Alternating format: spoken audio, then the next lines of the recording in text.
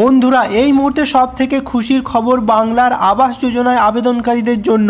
আবাস যোজনার প্রথম কিস্তির টাকা দেওয়ার ফাইনাল তারিখ ঘোষণা করলেন মাননীয় মুখ্যমন্ত্রী মমতা বন্দ্যোপাধ্যায়। তো কবে দেওয়া হবে আবাস যোজনার প্রথম কিস্তির টাকা, কাদের আবেদন বাতিল হবে এবং যারা যোগ্য রয়েছেন অথচ আপনাদের নাম বাতিল করে দেওয়া হয়েছে তারা পুনরায় কিভাবে নিজেদের নাম তালিকায় তুলবেন, সমস্ত কিছুই আলোচনা করা হবে এই ভিডিওটিতে।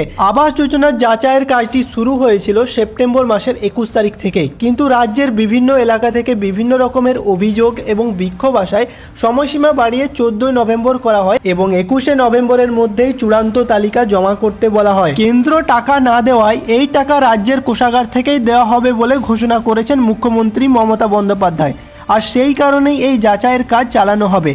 একই সঙ্গে সুবিধা প্রাপকদের থেকে লিখিয়ে নেওয়া হবে যে তারা ন্যায্য দাবিদার। 60, 40, 20 হাজার টাকার 3টি কিস্তি উপভোক্তাদের ব্যাংক অ্যাকাউন্টে পাঠানো হবে।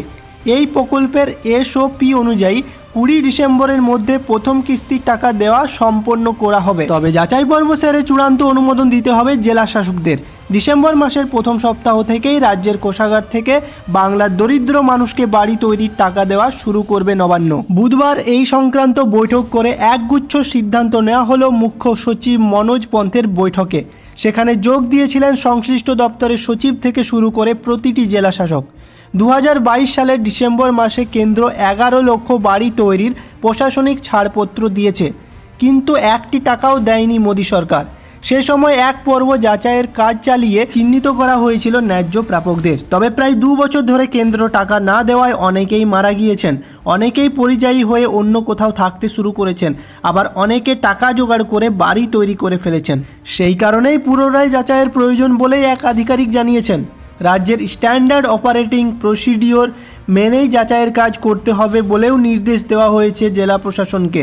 পাশাপাশি এদিনের বৈঠকে নেওয়া সিদ্ধান্তগুলির মধ্যে সবথেকে গুরুত্বপূর্ণ হলো যাদের পুরনো তালিকায় নাম ছিল কিন্তু কোনো কারণে নতুন তালিকা থেকে তাদের নাম বাদ পড়ে গেছে, তাদের জন্য রিচেকিংয়ের ব্যবস্থা করতে হবে। তাদের বাড়িতে পুনরায় গিয়ে এখানে সার্ভে করা হবে এবং তিনি যদি একজন যোগ্য আবেদনকারী হয়ে থাকেন তাহলে তার নাম তালিকায় থাকতেই হবে।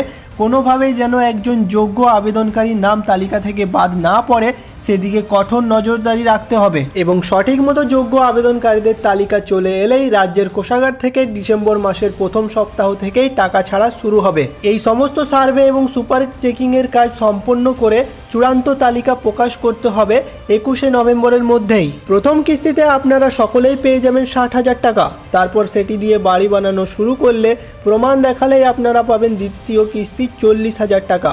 তারপর কিছুদিন পরে আপনারা আরও 20,000 টাকা পেয়ে যাবেন তৃতীয় কিস্তিতে। টোটাল 1,20,000 টাকা আপনাদের ব্যাংক অ্যাকাউন্টে আসবে এবং এটি 3টি কিস্তিতে দেওয়া হবে বলে ঘোষণা করা হয়েছে। আবার এটাও ঘোষণা করা হয় প্রাকৃতিক বিপর্যয়ে আর্থিক দিক দিয়ে পিছিয়ে থাকা যেসব মানুষের ঘর ভেঙেছে তাদেরও বাড়ি তৈরির বরাদ্দ দেওয়া হবে। ফলে আবাস তালিকার পুনর্যাচাইয়ের সঙ্গে সেই তালিকা তৈরির কাজও চলছে, কিন্তু বিপর্যয়ের কারণে ক্ষতিগ্রস্ত উপভোক্তাদের নাম আবাস প্রকল্পের মূল তালিকার অন্তর্ভুক্ত করা হবে না। তাদের জন্য আলাদা একটা তালিকা বানানো হবে এবং তাদের ব্যাংক অ্যাকাউন্টেও টাকা পাঠানো হবে।